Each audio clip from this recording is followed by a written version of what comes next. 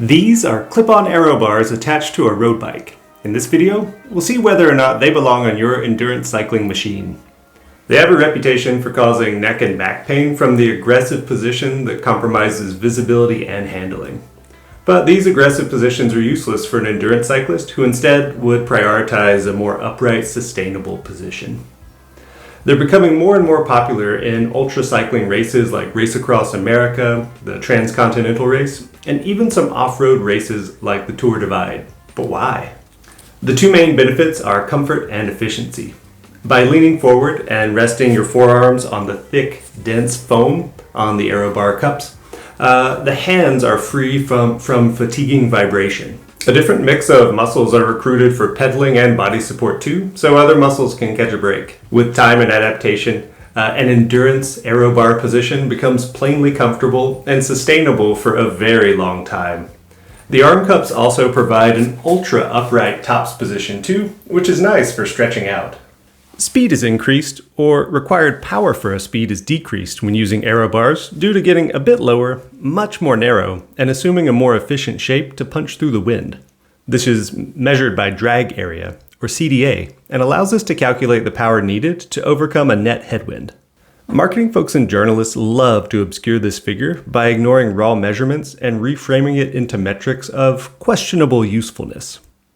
For a big guy like me, on an endurance bike wearing average kit, my CDA might be 0.42 on the hoods, or 0.40 on the drops.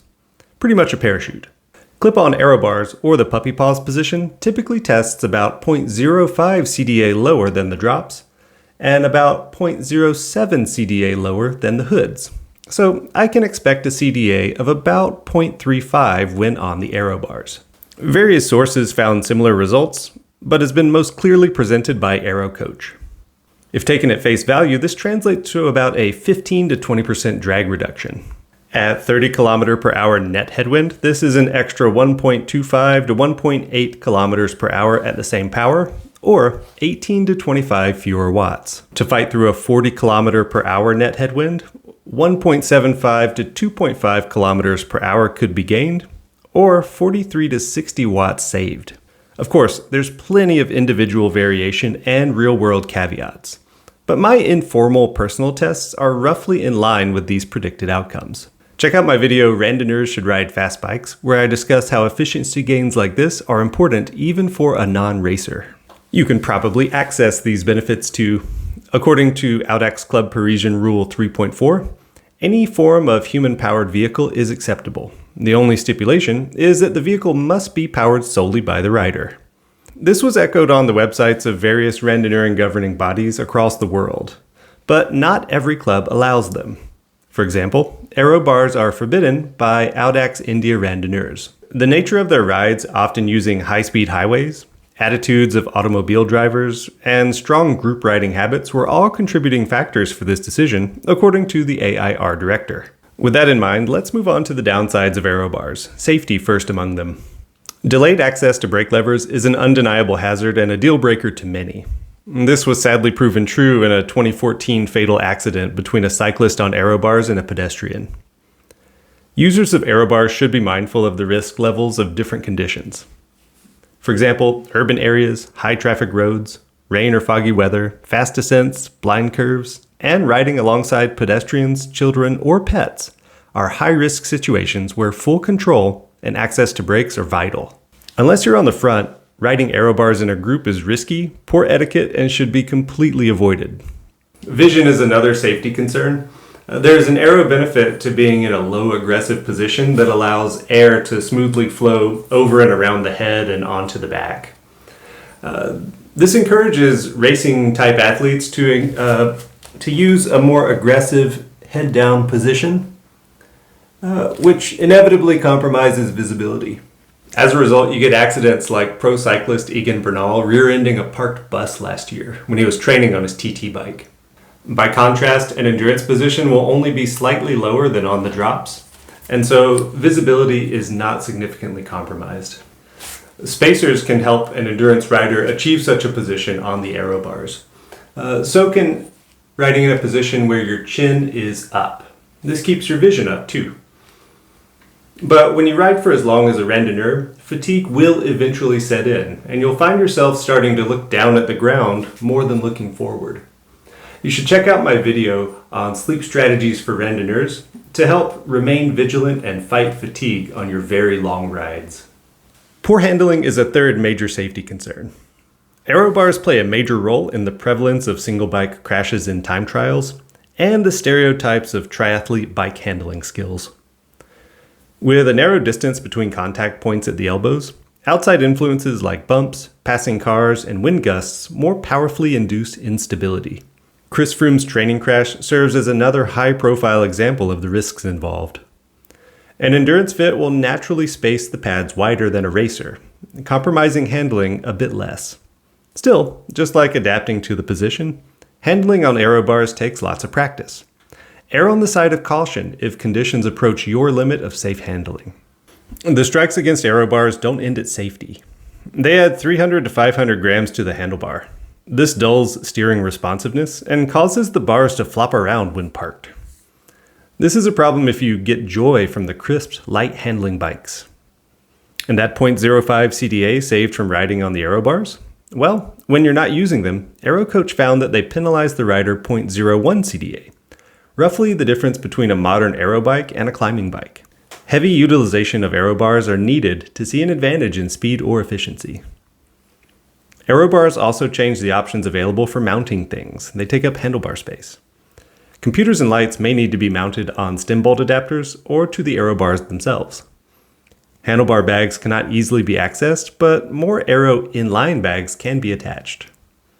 A decent water bottle mounting position is also opened up, with the trade-off of adding even more weight to the handlebars. To use aero bars or not is a highly personal decision, but for the last 8 years, the pros have outweighed the cons for me. But they've not been a straightforward solution. There's a lot of quirks to figure out, and most of those relate to fit and ergonomics. Fits that specialize in aero bar use position the saddle higher and further forward than a standard road position, rotating the rider forward for improved aerodynamics while crucially keeping the hip angle open. The saddle touch points change, so saddles that are wide at the front and distribute pressure away from the central soft tissue are required. Geometry for these bikes reduce oversteer that result from loading the front wheel. Slack head tubes, short stems, long front center, and short chainstays balance weight distribution and stabilize handling. The whole system has evolved over years around the use of the aero bar. Road and endurance bikes haven't. Slack saddle setback and nimble handling are the norm, and they're expected. Merely adding aero bars on a road bike is a disaster. The hip angle at top dead center becomes too acute, causing discomfort and reduced power. If you try to rotate forward, the narrow tip of a road saddle digs into soft tissue, and it just feels awful. Most people give up here, understandably. Others go all in, swapping seat posts and stems to emulate a triathlon position, only to find that handling goes to hell with oversteer, while the good qualities of their road bike are now ruined. To effectively use aero bars, we need to respect our standard fit, but open the hip angle a little bit to allow bending over, and maintain a well-handling bike. A combination of small adjustments can do just that, with only minor compromises. First, highly adjustable aero bars or arm cups are recommended. Arm cups directly above the handlebar tops of a road bike are probably too far forward, unlikely to give a sustainable fit, and more negatively affect handling.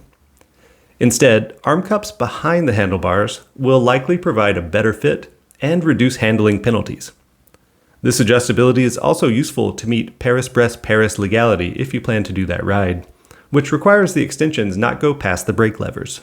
Next, spacers raise the aero bars. They open the hip angle and give a sustainable position with good visibility. This also means the tops aren't blocked by the arm cups. 30 to 50 millimeters of spacers will likely be ideal. Shorter cranks lower the top dead center of your pedal stroke twice the distance they were shortened after compensating for seat height too. This also opens up the hip angle. Most who have experienced shorter cranks do not report negative effects. Next, move the seat forward a bit. This also opens up the hip angle. It should be raised to match normal saddle height, roughly following the imaginary arc made by a line segment anchored at the bottom bracket. Minor adjustments to the cockpit can compensate for this change. Do note that moving the seat forward will affect fore-aft balance, muscle engagement, and hand pressure. Lastly, find a saddle that excels with both your normal endurance and aero bar position. Often, a saddle good for aero bars compromises the normal position, and a saddle good for a normal position compromises comfort on the aero bars. My choice for this is the Synchros Belcara V1 tri-cutout saddle. It's nearly identical to the Gebiomized Stride. Its nose is wide, heavily padded, and with a full-length cutout all the way to the front. Of course, the ideal saddle will vary from rider to rider. So, will you be using aero bars? There is no correct answer, but if you choose to use them, I hope that they elevate your endurance cycling experience with extra comfort and extra efficiency. Ride safe, Randonneurs!